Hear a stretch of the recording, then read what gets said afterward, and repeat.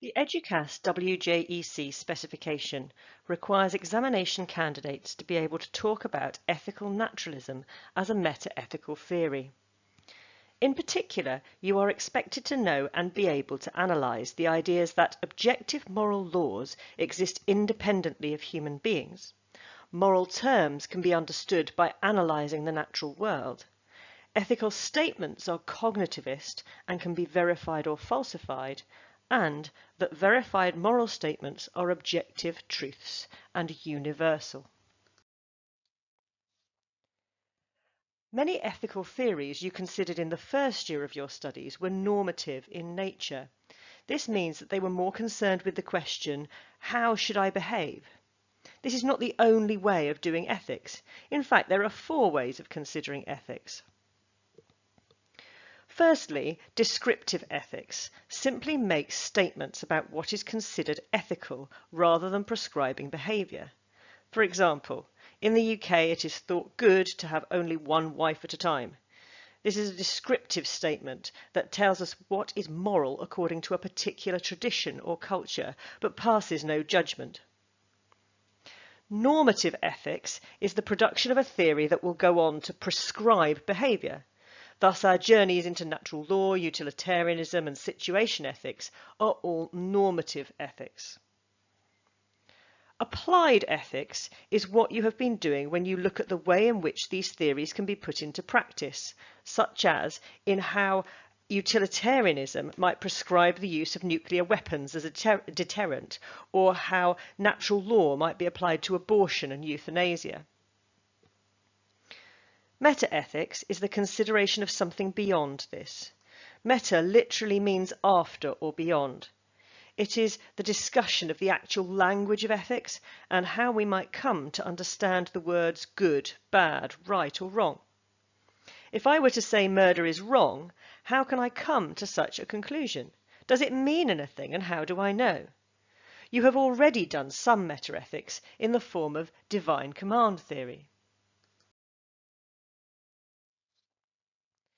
By the end of the 19th century, normative ethics had produced ethical naturalism or moral naturalism.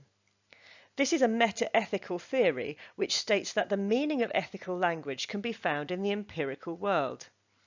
Ethical statements can be expressed in the same way as any other kinds of empirical statements about the natural world, and evidence for their truth or falsity can also be found in the same way. This is a kind of moral realism, which means that a statement, such as murder is wrong, can be said to have a reality outside the statement itself. In this way, such a statement points to the objective reality of the wrongness of murder. Objective moral laws exist independently of human beings and are propositions or facts about the natural world.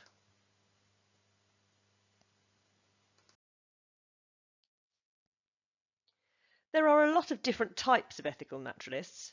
St. Thomas Aquinas is a good example of a theological naturalist in that he maintains goodness is linked to the will of God as seen in nature. God's will defines morality. Murder is wrong because God commands against murder. Evidence to support this proposition can be found in the natural world using empirical evidence and reasoning as demonstrated in the primary and secondary precepts. John Stuart Mill was a hedonic naturalist. He saw goodness as a fact of pleasure or happiness. Utilitarianism says that goodness or moral correctness is about what will produce pleasure and wrongness is what produces pain. Again, we might look about the world in order to demonstrate this and can easily perceive what is right or wrong according to the empirical data through looking at consequences produced by an act. Murder in general tends to produce more pain and unhappiness than it does pleasure, particularly of the higher variety. Thus, murder is morally wrong. With the rise of modern science in the 17th century and the challenges that science made to traditional religious worldviews, ethics moved away from the idea that good is simply what God commands and towards the idea that morals can be based on the same kinds of observations of the world as is used in science to observe nature. Our senses, things we see, hear, touch, smell and taste, and our logical faculties are the things that we need to construct ethical propositions. Moral truths are facts in the same way that numbers or chemical properties are facts. I can start from a non-moral premise and can come to an ethical conclusion using my powers of observation about the world and my reasoning about those things. Consider the two statements. 1. The massacre of the Rohingya people by the Myanmar army has displaced 160,000 people. 2. The actions of the Myanmar army are evil. The first statement is factual and can be proven through looking at evidence. The second statement is a moral judgment. Ethical naturalists claim that the second statement may be deduced from the first by looking at the evidence. For example, the history of conflict in the region, when in 2012 clashes caused 140,000 Rohingya people to be displaced as a result of killings. This means that moral facts aren't subjective. They're not views or opinions, nor are they based on some sort of spiritual or intuitive sense. When I observe that something is wrong, it is a moral fact of the universe. Cognitivist statements describe the world as objectively true or false. They are knowable and can be checked. In contrast, non-cognitivist statements do not describe the world, but express things like feelings. These kinds of statements are not knowable because they cannot be checked for accuracy or truth. Ethical naturalists say that ethical statements are cognitivist because they are the same as any other statements about the world. So, for example, to say abortion ends the life of a fetus is a cognitivist statement that can be verified with empirical evidence. To then conclude that abortion is wrong is an ethical statement that, naturalists claim, can be verified in the same way and is thus cognitivist. To say that an empirical fact can be verified means that we have the ability to check the truth of a statement using empirical means. To suggest that it might be falsified is a similar term, which means that we have the means to check for the falsity of an ethical statement. This is also a scientific method and is explored in detail by scholars such as Flew and Popper.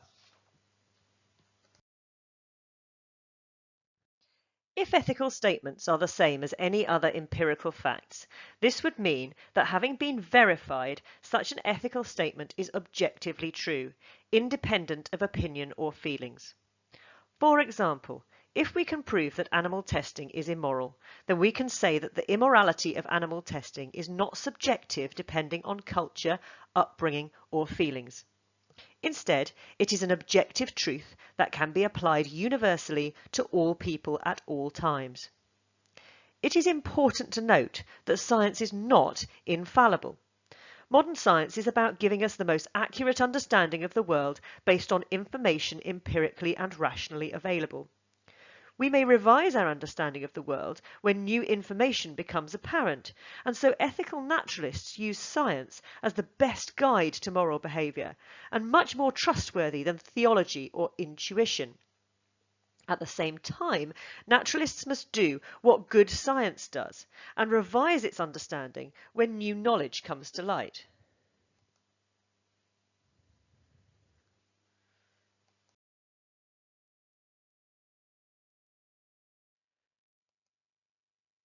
The specification asks you to look at an example of an ethical naturalist. In this case, we must look at F. H. Bradley.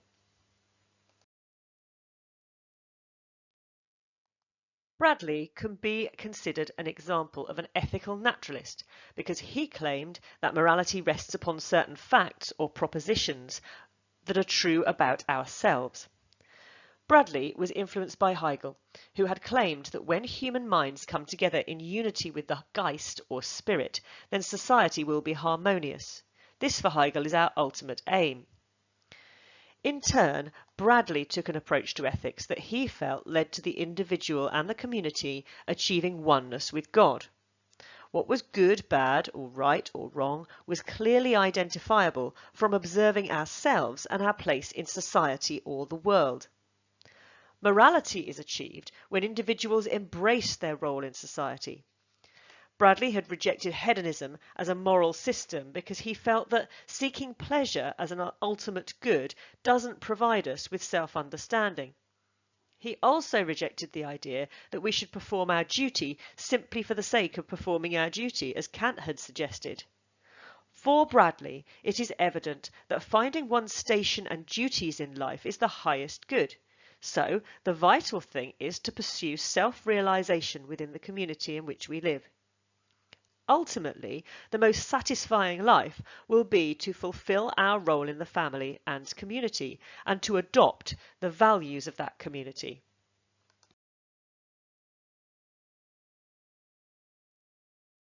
Moral judgment necessarily involves a reference to what is real. For a judgment to be true or false, it must involve reference to something outside of itself. In other words, it must be verifiable with sensory evidence. For Bradley, those verifiable judgments can be checked against the facts that are true about ourselves and our place in society. If I am to be a good person, I must live in accordance with my society's traditions. Bradley believed that obedience was for the good of society, and through this observation and obedience the individual learns traditions and duties. He said, if a man is to know what is right, he should have imbibed the spirit of his community and its general and special beliefs as to right and wrong. The goal of the individual is to realize our true selves. We can learn this through observing the values and traditions of our society. Once we have learned where we fit in our society and what our role or function is for the benefit of that society, then a good person fulfills that role.